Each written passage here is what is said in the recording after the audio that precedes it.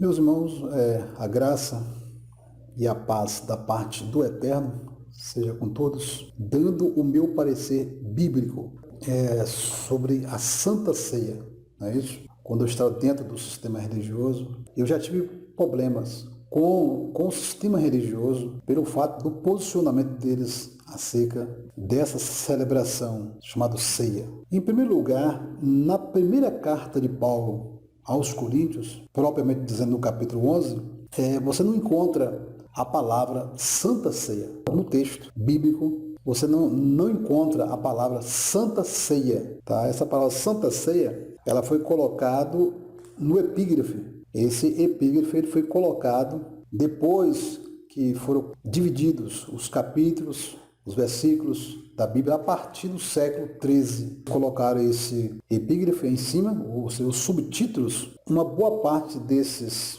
epígrafes só nos leva mais a confundir-nos, estabelecer uma verdade absoluta. Na primeira carta de Paulo aos Coríntios. O que eu quero dizer de antemão, e vou até ser breve, é que as pessoas estão confundindo o partir do pão com a mesa do mestre, era chamado o partir do pão, com essa ceia, essa celebração de ceia. Tá? São duas coisas distintas. O partir do pão, no livro de Atos dos Apóstolos, no capítulo 2, no versículo 42, assim, eles estavam unidos em tudo, unidos no partir do pão, nas orações. Todos estavam em comum. A palavra é bastante frisada. Havia comunhão entre eles.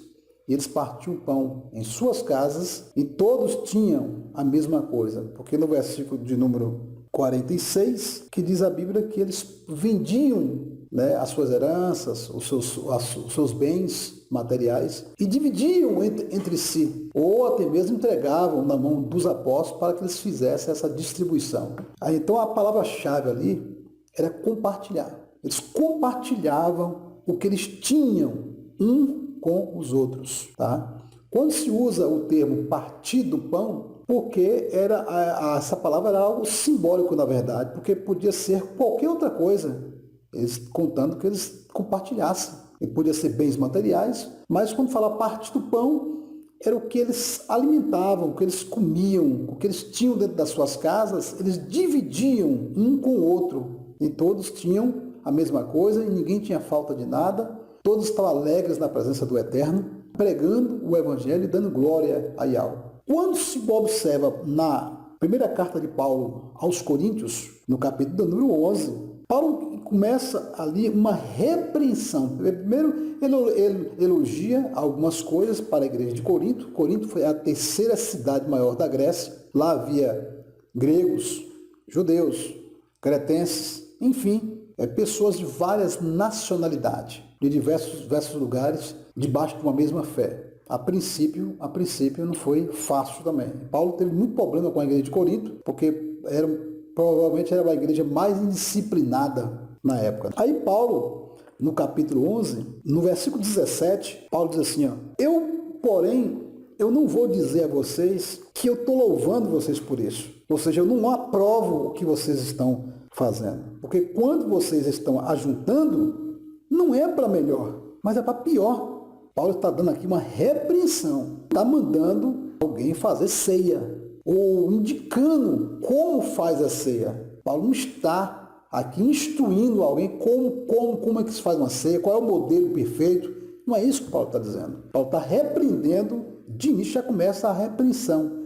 É uma correção, é uma advertência, uma exortação para aqueles crentes de Corinto. Aí Paulo diz, vocês estão fazendo ceia para pior. Aí vocês vêm dizer que você é a mesa do mestre. Não, na mesa do mestre o exemplo de compartilhar as coisas entre eles. Aí Paulo fala no versículo de 18, ele fala, eu estou sabendo aí que há divisões no meio de vocês. Você já começa por aí.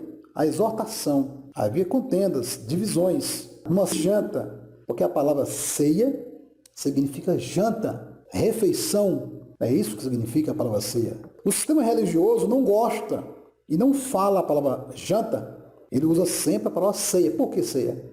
Que é para dar um misto mais de religiosidade, para dar um misto de celebração eucarística. Por isso que eles não usam a palavra janta. refeição. Então Paulo aqui está repreendendo. No versículo número 20, Paulo diz, de modo quando vocês estão se reunindo, como igreja, vocês estão reunindo, vocês estão fazendo para pior. Aí no versículo 21, Paulo diz, olha, porque quando vocês comem, cada um come a sua própria janta, e vocês não esperam um pelo outro. Paulo está falando de quê? Está mandando celebrar? A repreensão aqui é porque eles estavam comendo, enchendo a barriga, e outros irmãozinhos não tinham nada para comer, não comia nada. Então, Paulo está repreendendo, e tanto é que Paulo diz assim, ó, no versículo 21 a seguinte, diz assim, fazendo assim, um fica com fome e o outro se embriaga, ou seja, se embriaga com o quê? É com um taquinho de suco da Maguari?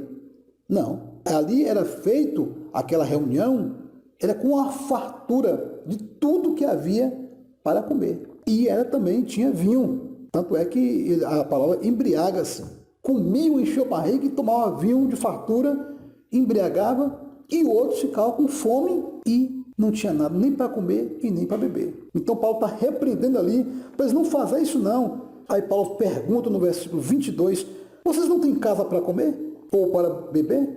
E aí Paulo diz, vocês estão envergonhando a igreja do Eterno, envergonhando também aqueles que nada têm. Você está falando de comida, porque eles não estão repartindo. Paulo não está mandando celebrar que ceia. Paulo está repreendendo porque eles não compartilhavam. Aí Paulo pega no versículo 23 a seguir, aí Paulo fala, toma o exemplo do Machia, de Alcha, e diz, olha, na noite em que Alcha foi traído, ele tomou o pão e partiu. A palavra partiu, compartilhou.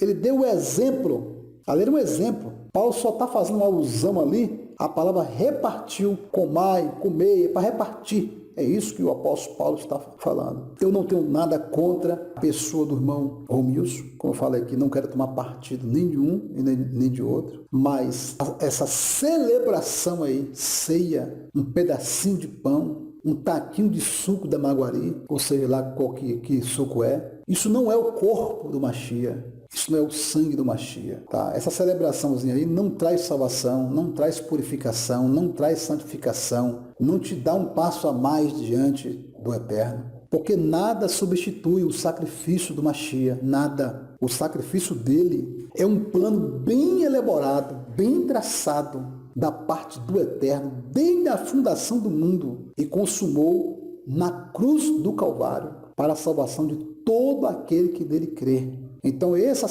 celebração que está fazendo aí não é a mesa do mestre.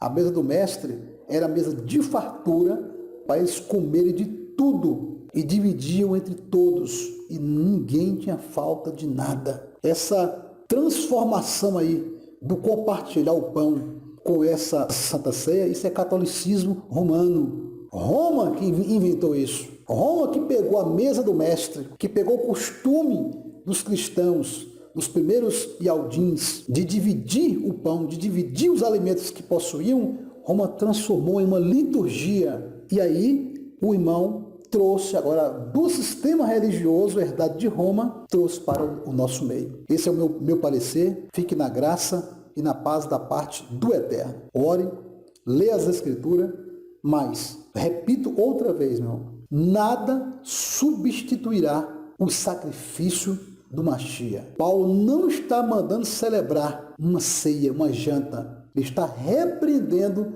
os cristãos porque eles não sabiam dividir, esperar uns pelos outros, para comer, para encher a barriga. A mesa do mestre era assim. Fica na graça e na paz de Deus.